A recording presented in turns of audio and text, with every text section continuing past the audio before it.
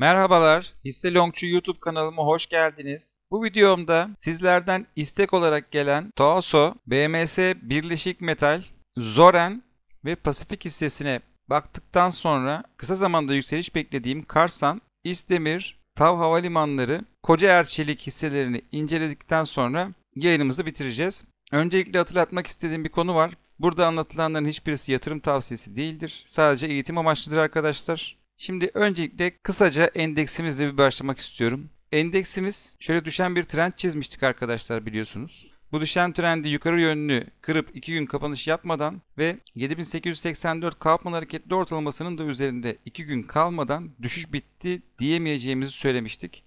Bugün Kaufman hareketli ortalamasına kadar bir hareket geldi. Fakat Kaufman hareketli ortalamasını geçemedi arkadaşlar. Yarın da bir takip etmek lazım. Belki buradan geriye doğru bir dönüş olabilir. Ya da Kaufman'ın üzerinde kapanışlar gelmeye başlarsa ilk etapta gideceğimiz seviye 8230 seviyesi olacaktır arkadaşlar. Buraya da geçersek eğer ilerleyen dönemde 8530'ları tekrardan bir deneme gelebilir. Şimdi Toasa'ya geçmek istiyorum.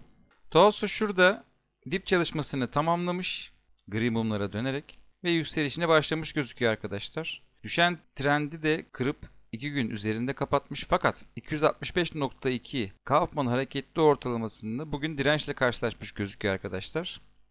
Zaten bu seviyeye geçilip üzerinde 2 gün kapanış yapmadan hiçbir zaman için düşüş bitti demiyoruz. Kaufman hareketli ortalamasını geçerse eğer ilk etapta 286 seviyesine doğru bir hareket beklerim. O da geçildikten sonra 302 seviyesine doğru bir hareket gelebilir arkadaşlar. Şurada 237.7 seviyesinde bir Fibonacci desteğimiz var. Buradan destek alıp yönünü yukarı çevirdiğini görüyorsunuz. Düşüş yönlü senaryolarda burası tekrardan destek olarak çalışabilir. Eğer kırılırsa ilk gideceği nokta 224.8 seviyesi olur arkadaşlar. Şöyle 8 saatlikte de Kaufman hareketli ortalamasının üzerine attığını görüyoruz. Bu güzel fakat ikinci mum kırmızı. 4 saat diye şöyle bir bakalım. 4 saatlikte de Kaufman hareketli ortalamasının üzerinde. Yani 4 saatlikte ala dönmüş durumda, 8 saatlikte ala dönmüş durumda. Sadece günlükte Kaufman'ın üzerine atmasını bekliyoruz. Bugün de oradan dirençle karşılaşıp geri dönmüş arkadaşlar. Şimdi bir diğer hissemiz BMS Birleşik Metal Sanayi. Bu da şöyle Haziran 2023'ten beri defalarca denenip kırılamayan bir destek var arkadaşlar. 21.26 seviyesinde. Şöyle geçmişte görüyorsunuz defalarca denenmiş. Yine buradan desteğini almış. 3 günlük Kaufman hareketli ortalamasının da üzerine atmış. Gayet güzel. Şu anda önünde en önemli seviye 23.32, 21 günlük Kaufman hareketli ortalaması arkadaşlar. Bu seviyeyi geçmeden düşüş bitti demiyoruz. En azından ama o seviyeye kadar şöyle hızlı bir yükseliş gelebilir. %4.58'lik. Bu seviyeyi geçip üzerinde 2 gün kapanış yaptıktan sonra zaten şu 24 seviyelerini de geçmiş olur. Ve ilerleyen dönem için 27.70 seviyesine doğru bir hareket bekleyebiliriz. Bunun da üzerinde kapanışlar gelmesiyle birlikte 33.46'ya doğru bir hareket gelebilir. Şimdi bu 21.26 desteğimiz kırılırsa eğer ilk etapta hareketin 19.68 seviyesine doğru gerilemesini bekleriz. O da kırılırsa 18.36'da bir desteğimiz var arkadaşlar. Şimdi burada dip çalışmasını bitirdiğini görüyoruz gri muma dönerek.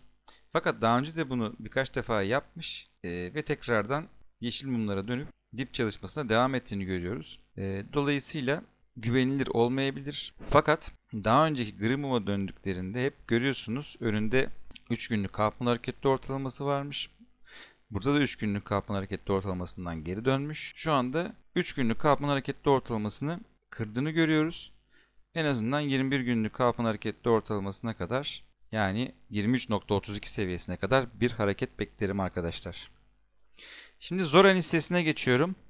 Zoran hissesi 3 günlük Kaufman hareketli ortalamasını üzerine atmış gözüküyor bugün. Şöyle önünde 5.47 seviyesinde bir direnç var. Orayı kırabileceğini düşünüyorum. Orayı kırdıktan sonra ilk etapta 5.65 seviyesine doğru 3.76'lık bir yükseliş gelebilir arkadaşlar. Şöyle 8 saatlik grafiğe bir bakalım. Şöyle bir regresyon çalışması yapalım. Evet, bu şekilde bir düşüş kanalı içerisinde hareket ediyor. Yani bu kanal yukarı kırılmadan yeni girişler için uygun değildir. Bu kanal yukarı kırılmadan yükselişler tepki olarak kalacaktır arkadaşlar. Şimdi Pacific Eurasa Paseo hissesine geçiyorum arkadaşlar. Burada dikkatinizi çekmek istediğim bir nokta var. Şöyle grafiği yanaştırıyorum. Gördüğünüz gibi 3 gün önce bir uyumsuzluk sinyallerini almışız burada arkadaşlar. 4 farklı indikatörde. Arkasından güzel bir yükseliş gelmiş. Şu anda şu 59.75 seviyesinden de desteğini aldığını görüyorsunuz. Dolayısıyla hareketin yukarı devamını bekleriz. İlk etapta Kaufman hareketli ortalamasına doğru bir hareket gelirse eğer %3'lük bir hareket mümkün. Bunun üzerinde 2 gün kapanış yaptıktan sonra düşüş bitti diyebiliriz arkadaşlar. Öyle bir durumda 76.70 direncimize doğru bir hareket gelebilir. Düşüş yönlü senaryoda ise 59.75 seviyesi bir destek olarak tekrardan çalışabilir. Eğer kırılırsa bir alt desteğimiz 52.05 seviyesinde arkadaşlar. Bir kanal çalışması yapalım bakalım. Evet, bugün itibariyle kanalın yukarı yönlü kırmış gözüküyor. Yarın da bir takip etmekte fayda var arkadaşlar. Ama dediğim gibi en azından 67.25 Kaufman hareketli ortalamasına doğru bir hareket beklerim arkadaşlar.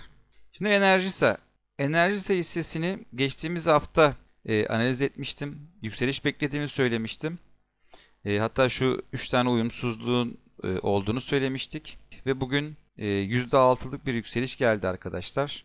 Şu anda önünde ilk direnci olarak 57.60 seviyesi gözüküyor. Oraya doğru bir hareket gelirse eğer bir %8'lik hareket imkanı olabilir. Düşüş yönlü bir senaryoda ise ilk etapta 51.55 seviyesi destek olarak çalışacaktır arkadaşlar. Orası da kırılırsa altında Kaufman hareketli ortalamamız var 50.75 seviyesinde. Orası da kırılırsa 49.62 seviyesinde bir desteğimiz var. Gördüğünüz gibi birbirine yakın 3 tane destek var arkadaşlar. Burayı kolayca aşağı kırmasını beklemem açıkçası. Bir yandan dip çalışmasını da tamamlamış gözüküyor. Dolayısıyla hareketin yukarı yönlü devamını bekleriz. Fakat burada tüm hisseler için uyarmam gereken bir nokta var. Endeksimizin grafiği arkadaşlar. Endeksimiz şu anda da Kaufman hareketli ortalamasını geçemedi ve tam Kaufman hareketli ortalamasında kapanış yaptı. Yani buradan bir dirençle karşılaşıp yönünü aşağı doğru çevirme durumu olursa diğer hisseleri de etkileyecektir. O yüzden dikkatli olmakta fayda var. Şimdi yarın için yükseliş beklediğim hisselere geçelim.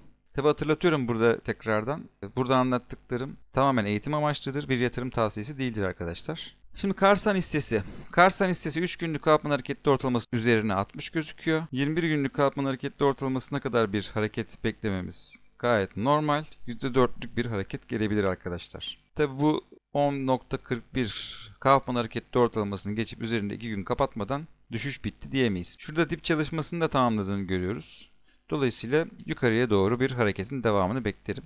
Düşüş yönlü senaryoda 9.76'da bir desteğimiz var. Orası da kırılırsa daha önce destek aldığı 9.21 seviyesi var arkadaşlar. 9.21 seviyesini stop seviyesi olarak kullanabilirsiniz. İskenderun Demir hissesine geçiyorum. İskenderun Demir hissesi gördüğünüz gibi şu 34.68 Fibonacci desteğimizi şöyle geçtiğimiz haftalarda defalarca deneyip kırmaya çalışmış.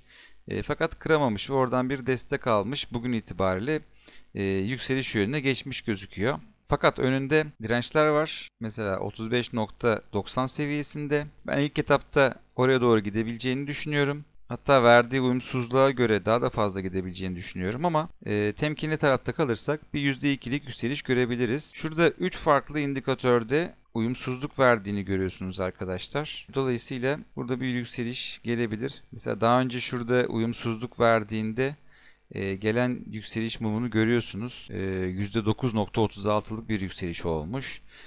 Geçmişe yönelik şöyle bir bakarsak. Mesela şurada 2 tane indikatörde uyumsuzluk vermiş. Arkasından 2 gün boyunca tekrardan bir düşüş gelmiş. Sonrasında yükseliş gelmiş arkadaşlar. Nereye kadar gelmiş? Şöyle yine %8'lik bir yükseliş gelmiş arkadaşlar. Şimdi TAV Havalimanları hissesine geçiyorum. Bu hissemizde de şurada tutunduğunu görüyorsunuz. 116 seviyesinde. 3 günlük Kaufman hareketli ortalamasının da üzerine atmış bugün. Ben yarın için şöyle en azından şuraya kadar, yani Kaufman hareketli ortalamasına kadar %3.57'lik bir mesafe var. Bir yükseliş beklerim. Kaufman hareketli ortalamamız 121 seviyesinde. Şöyle 8 saat diye bir bakalım. 8 saatlikte de ilk direncimize mesafemiz %5 seviyesinde gözüküyor arkadaşlar. Yani yarın veya öbür gün %3, %5 seviyelerinde bir yükseliş gelebilir burada. Eğer kötü bir senaryoda, düşüş yönlü bir senaryoda 111 seviyesini veya şu seviye 106 seviyesini stop noktası olarak değerlendirebilirsiniz.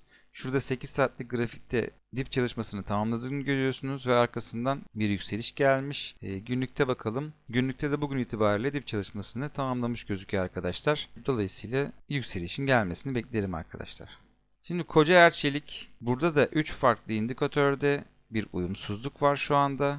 Dolayısıyla hareketin yukarı gitmesini bekleyebiliriz. Fakat bugün 27.54 3 günlük Kaufman hareketli ortalamasında bir dirençle karşılaşmış. Burayı belki geçemeyebilir ama en azından yarın ben tekrardan o seviyeyi bir denemesini beklerim. O da %2,5'luk bir yükselişe tekabül ediyor. Mesela daha önce şurada bir 3 farklı indikatörde uyumsuzluk vermiş. Şöyle bir süre yatay gittikten sonra yükselişe geçmiş. Yükseliş Kaufman hareketli ortalamasına kadar gidebilmiş. Şuraya bakalım. Burada iki indikatörde bir uyumsuzluk meydana gelmiş. Ve o uyumsuzluktan sonra iki mum düşüş, daha sonra bir yükseliş, sonra mesela burada çalışmamış. Her zaman da çalışmıyor arkadaşlar. Burada ne kadar çok farklı indikatörde uyumsuzluk görürsek o kadar daha güvenilir oluyor. Mesela burada uyumsuzluğu verdikten aşağı yukarı 10 gün sonra falan yükseliş gelmiş hissede. Bakalım, takip edeceğiz. Bu akşam aktaracaklarım bu kadar. Kanalıma abone olup bildirimleri açmayı unutmayın lütfen. Görüşmek dileğiyle.